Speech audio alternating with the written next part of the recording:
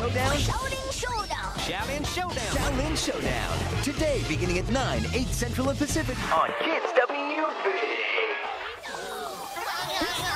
Open! Let's do this. Television is becoming a little bit more like books in the sense that we only pick one up if there's a series we're familiar with or a person we're familiar with. And there was so much production going on in such a short period of time that it took us until COVID to realize how many shows were created, how many IPs were created. The same way COVID made us take a breath on like mental health and how, we choose to work in the economy and our place in the world, we're actually looking back and being like, hey, why did I keep this show in my life for so long? What about it stuck to me so long? What if we look into old stuff and actually break down what we liked about it? And that's kind of what I want to do with Xiaolin Showdown. Make sure you're in tune for Xiaolin Showdown. Yeah, Monday through Friday at 4.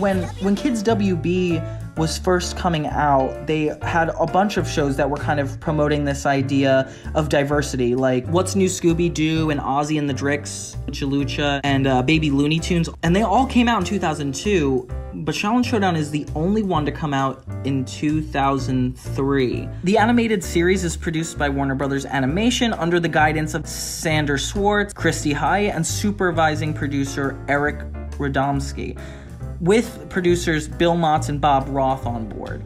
So Sander Schwartz is an American Daytime Emmy Award-winning producer of television. He started his career in the entertainment and media as Assistant Executive Secretary of AFTRA, which is the American Federation of Television and Radio Artists. He worked for CBS, TMS Entertainment, which is based in Tokyo, Japan, Walt Disney Television, and Columbia Pictures Television as an Executive Vice President of Children's Programming.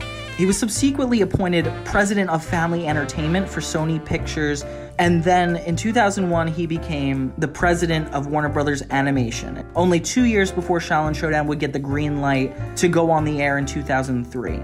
Adam Radomski, his career took off in the 1990s at Warner Brothers Animation, and he started on Batman the Animated Series, and he was responsible for that show's iconic art style.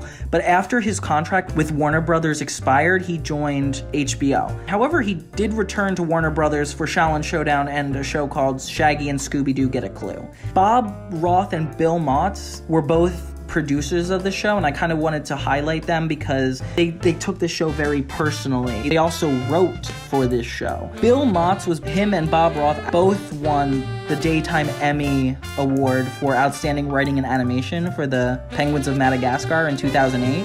Christy High started out in China and ended up going to college at the University of Southern California. She eventually would go on to write a show called Hulala Girls. Christy High is the head of Action Flix Media, which is a Los Angeles-based company. Their whole gimmick is Eats Meets West, Sense and Sensibility. Before Xiaolin Showdown, Christy High was affiliated with media companies such as Sony Pictures Entertainment, DirecTV, and TV Guide, where she actually spearheaded a lot of corporate initiatives from international marketing and distribution to licensing sales, and even did a little bit of business development. The process of making the pilot for Xiaolin Showdown actually took like 3 years, from the original idea to airing the first episode. Having grown up in China, spending most of her adult life in the US, Christy High had the benefit of being bicultural. A big part of her vision for the show was to blend two cultures harmoniously.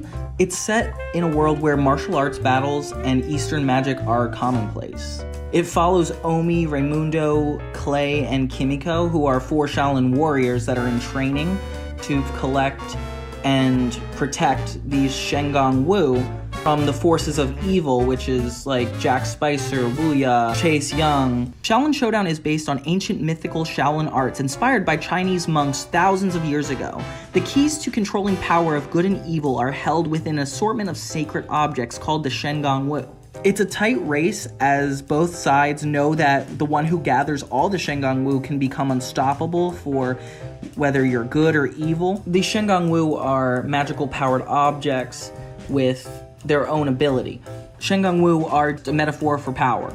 And the Shaolin warrior's job is to collect as many as possible. The more power one collects, the more influence they have over the world, which is a very topical theme. In life, we're given circumstances, and we have to kind of play within these rules.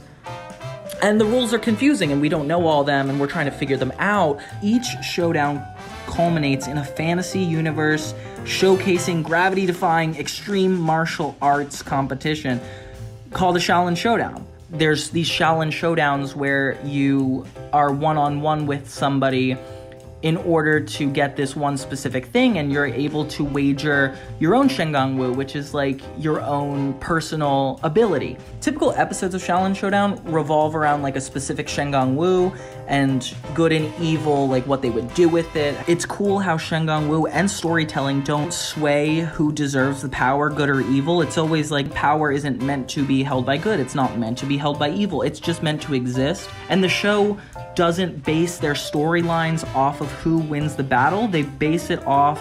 So Xiaolin Showdown wasn't like new to what was going on. It was just a part of this era. Most of these other shows, they have a single protagonist that has to overcome one obstacle.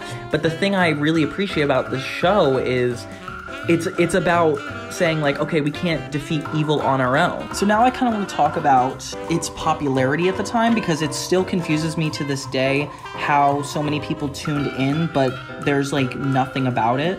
It started out in the Saturday morning cartoon block when it hit a triple-digit spike in viewership among kids 2 to 5. Xiaolin Showdown ranked top 10 overall programs for the morning, coming in number 5 with boys 6 to 11.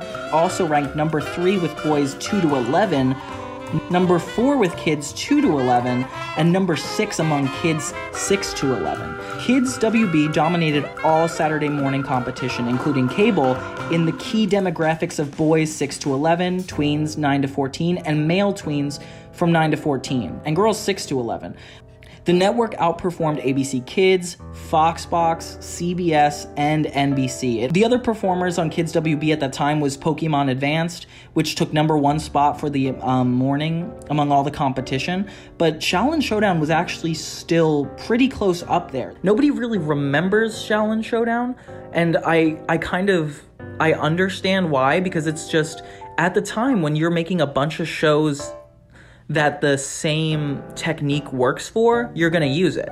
So like Xiaolin Showdown's gonna be like Avatar. Avatar is gonna be like this show before it. Like that's just normal. It's not like copyright infringement. It's just taking stories that really worked and keeping them going. And I really feel like Xiaolin Showdown like didn't take the good mainstream storylines to the forefront, and that's why it wasn't so popular. And then why did Xiaolin Showdown not necessarily take the same route? Like they had a reboot, they had merchandise, they had trading cards, they had toys, they had every opportunity to circulate in the media. There was just something about the culture of the time that people didn't necessarily care about those messages. The East meets West thread is applied to all areas of the show, from stories to character development to the design and aesthetic of the show. For example, if you look at the character like Omi, he's raised in China, completely Eastern, and then he meets 3 kids who come over from different cultural backgrounds and values,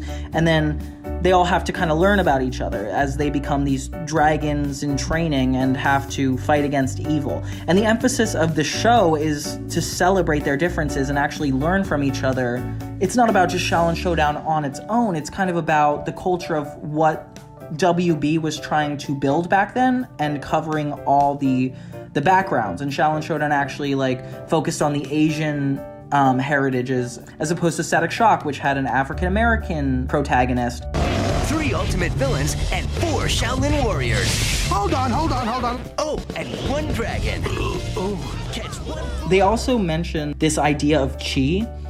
It comes a little bit later in the series, but like your aura, your energy, and they kind of like, they have chi being something that people actually can physically have in a bottle, which I find is really cool, because it's kind of like putting your morals into a bottle, and if you took that away, like what that would do to you. And there's like a lot of controversy behind like the voice acting and like kind of how everything came together for the end product, but I personally don't have an issue with it, especially considering it's like a culture that Christy really cared about, and it was kind of her own culture. So I do feel like I trust Christy high, and because she is somebody of the culture she's talking about, and she's the one who chose everybody, who brought everybody together, because we had a tendency to just shut down shows for what they did wrong, but we never take on the lessons that were actually right. At the time, it was all about getting the story out there, and if you're somebody who's focusing on a story that's about diversity and inclusion, it's really important to make sure you focus on the positives of it and how it's going toward the right direction, as opposed to kind of criticizing shows that go with that thing, because then we're kind of deterring people from taking the risk. And I'd rather people take a risk on a diverse show instead of giving us an amazing show that's about something, that's like all the other shows. There's times where it feels incomplete, but those times never matter in comparison to the times it does feel complete. Because this show is just like, on the surface, it's a very artsy show, it's a very visual show, with its imperfection shows the same message that the show was originally trying to tell. And just like a book, it tells the story by being the story. At the end of the day, it's just about carrying on a message, and every show at the core has its message. If it didn't work out, that says more about our culture than it does about anything else. What we were willing to and willing not to watch, and why Avatar: The Last Airbender is more interesting than Xiaolin Showdown. What about an audience connected to it at that time, and then why do they connect it to it again? It seems like a lot of people kind of tuned out Xiaolin Showdown, but I want to bring it back and just talk about how much we learned from it. I'm currently working on a project that's very similar in nature to Xiaolin Showdown with magic amulets, and I'm trying to kind of take away the core stuff that I loved about Xiaolin Showdown. There's no other show in the world that I can even talk about for this long but Xiaolin Showdown. So if you guys like this, give it a like, give it a share, and I'll talk more about Xiaolin Showdown. But until then, thank you guys so much for tuning in. Have a good day.